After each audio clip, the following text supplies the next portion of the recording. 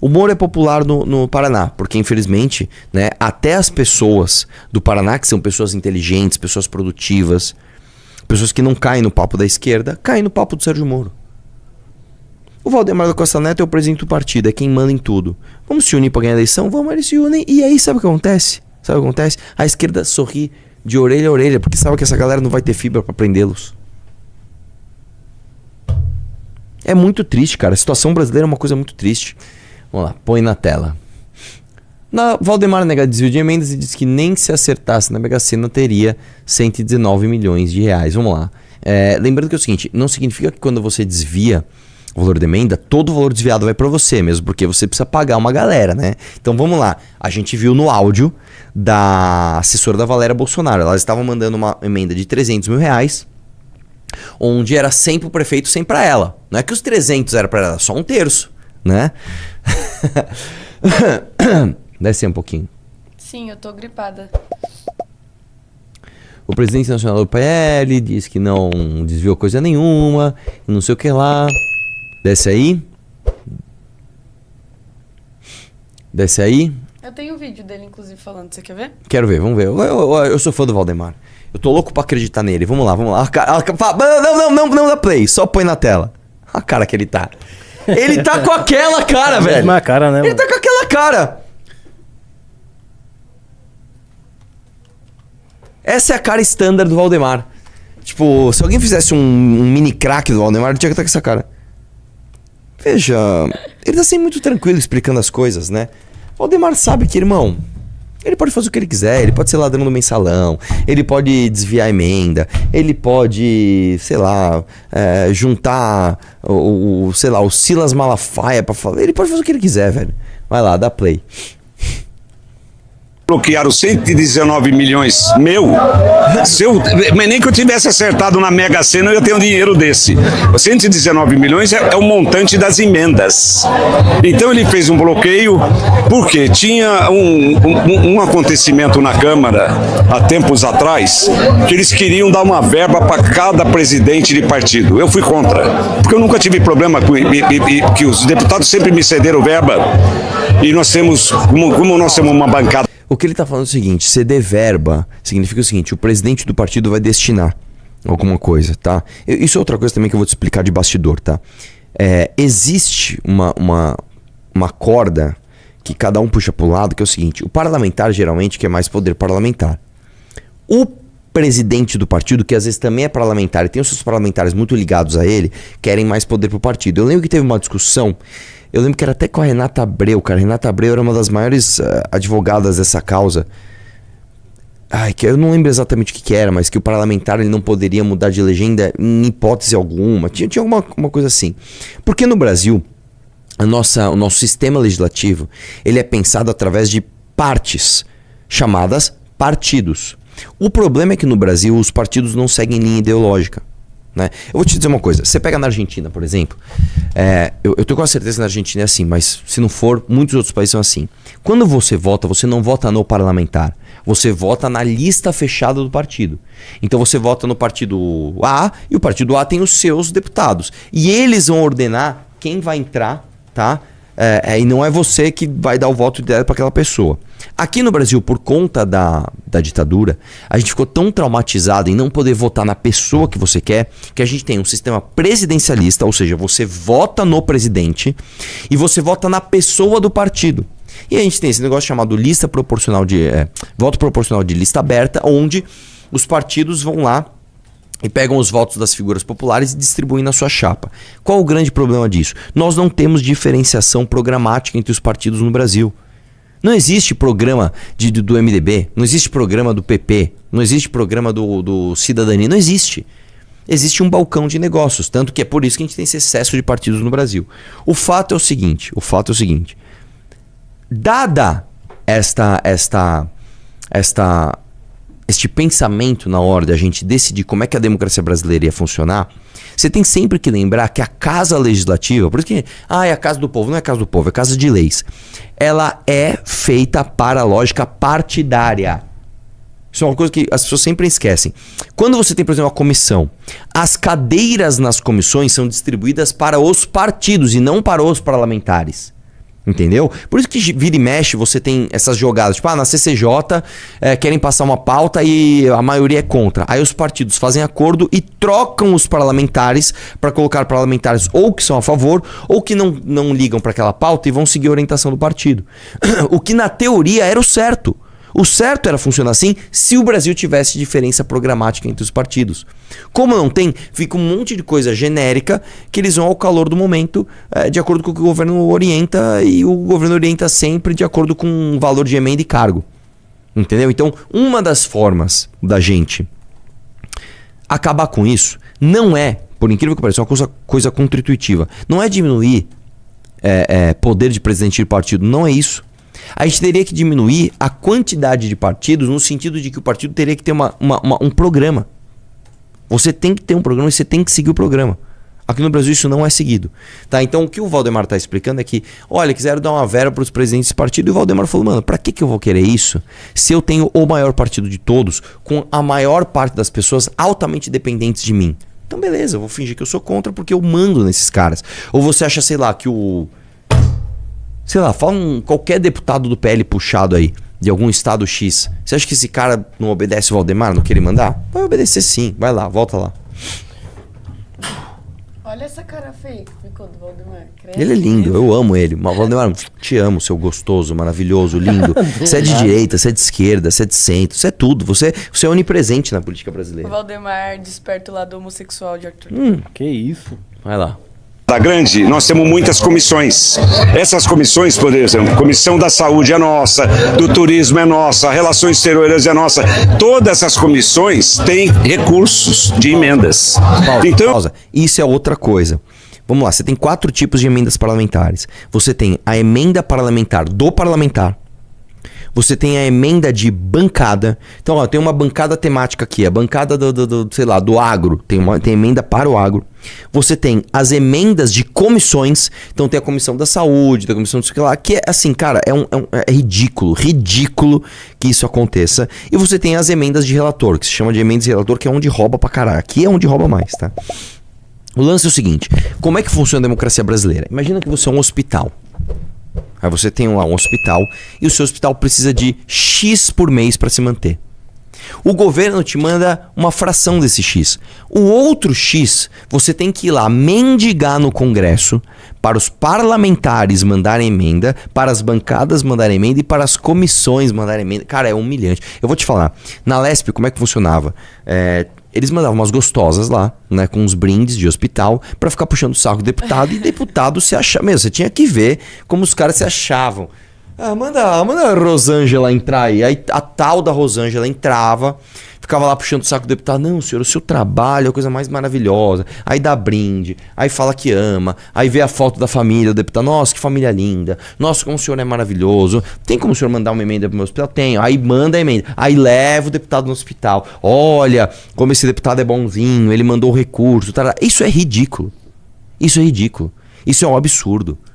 Isso é um completo absurdo. Emenda parlamentar tem que acabar. E vamos lembrar, por que você tem emenda parlamentar obrigatória? Porque antes, quando você não tinha, só os amigos do governo destinavam emenda. Então o cara que era amigo do governo, ele falava assim, olha como eu sou legal, eu sou o deputado João, eu tô trazendo emenda aqui do governo porque eu sou amigo do governo e eu estou trabalhando por você.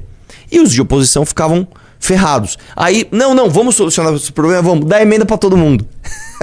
Aí o deputado de oposição também pode fazer a mesma coisa que eu tô fazendo. Olha como eu sou legal, eu trouxe emenda aqui pra você.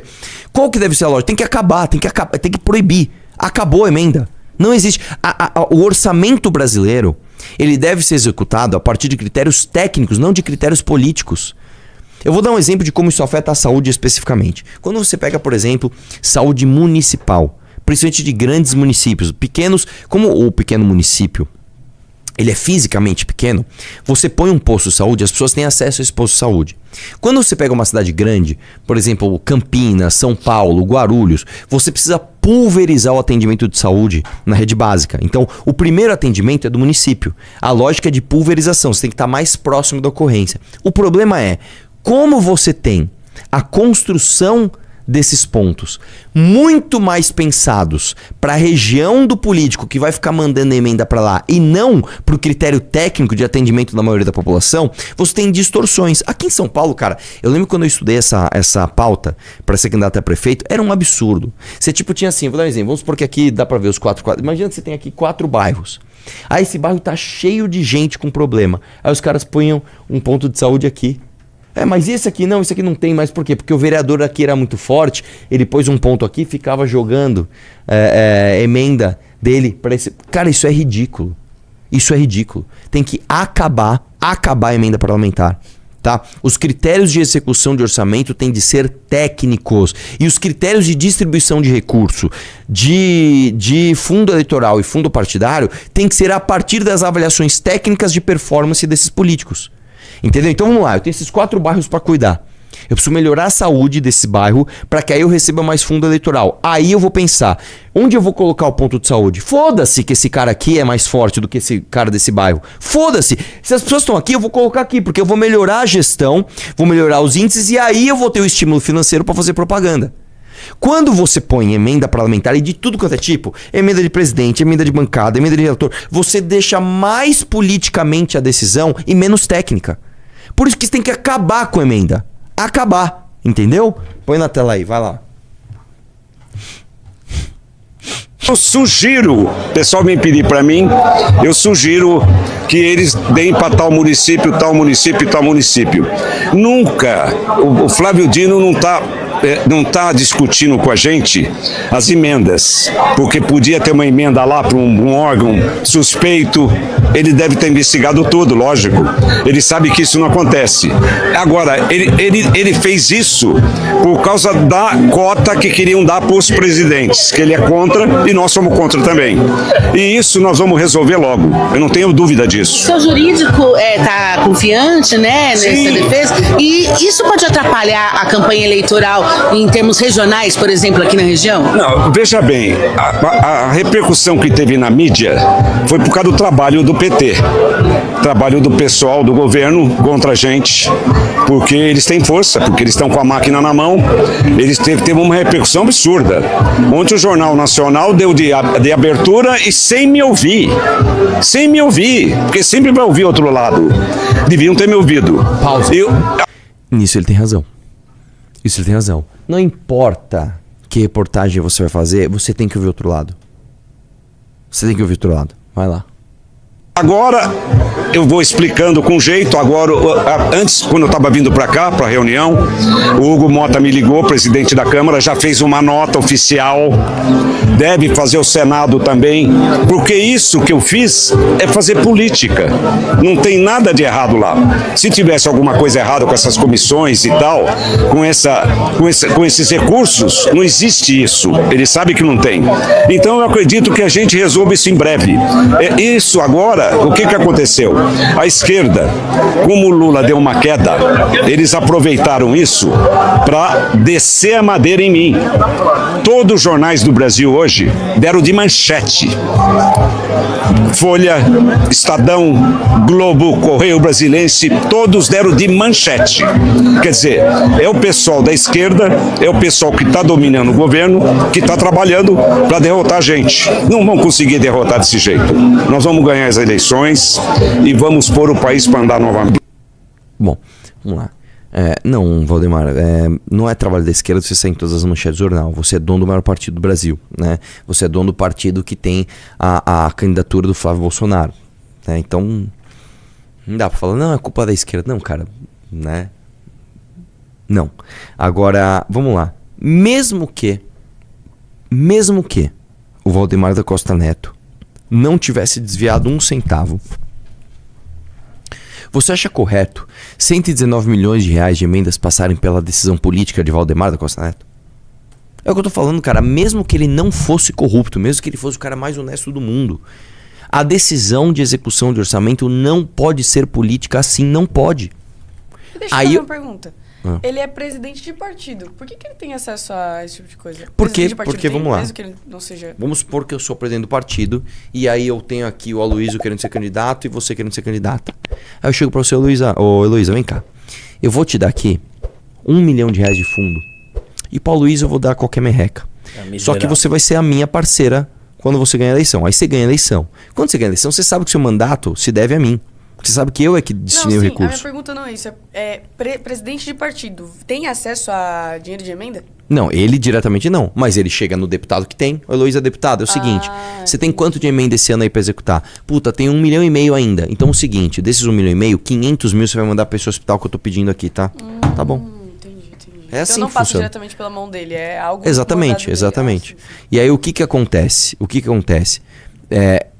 Nenhum outro projeto político tem falado uma coisa que é extremamente impopular entre os políticos, que tem que acabar com emenda. Emenda parlamentar. Vamos lá, gente. O que é emenda parlamentar? Emenda parlamentar é você pegar uma parte do orçamento e executar ela conforme a vontade política de um monte de filho da puta do Centrão. É isso. Então acaba com a ferramenta. Acabou. É isso. Vamos lá? Próxima.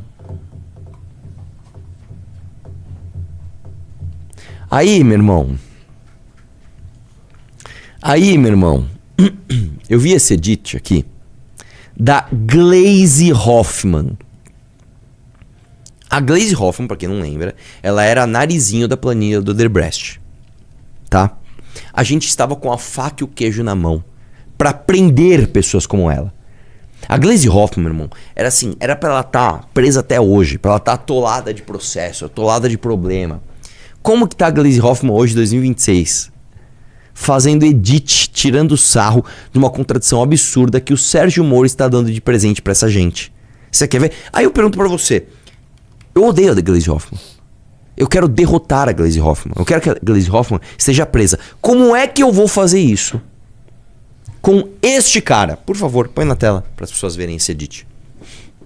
Presidente do partido lá, o PL, o Valdemar da Costa Neto, foi condenado por recebimento de suborno pelo Supremo Tribunal Federal. O Moro acabou com a Lava Jato quando ele foi candidato a presidente da República. Ele tá chateado comigo até hoje.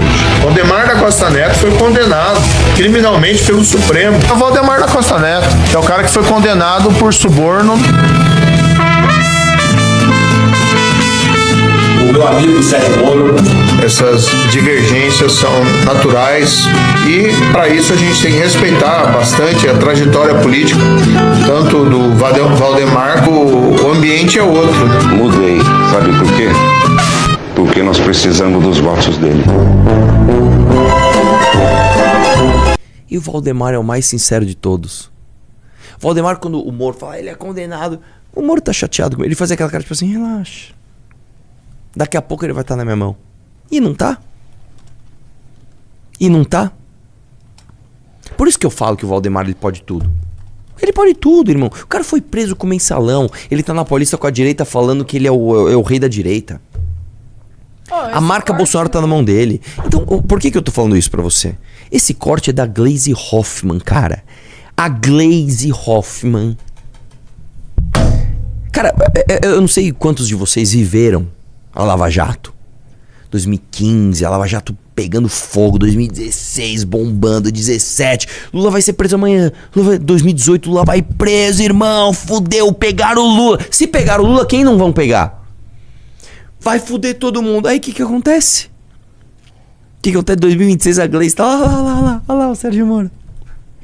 Os caras recuperaram todos os terrenos que eles perderam na Lava Jato. Aí eu pergunto pra você, é assim que a gente vai mudar o Brasil?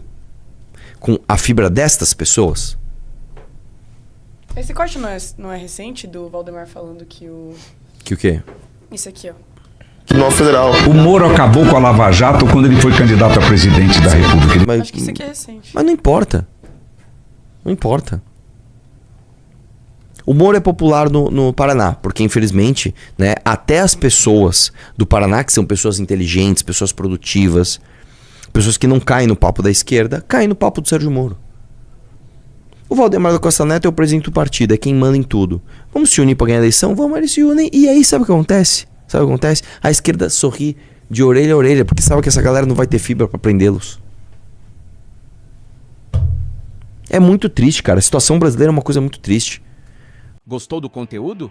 Considere deixar o seu like, inscreva-se no Cortes Onçudos e ative o sininho. Até o próximo corte.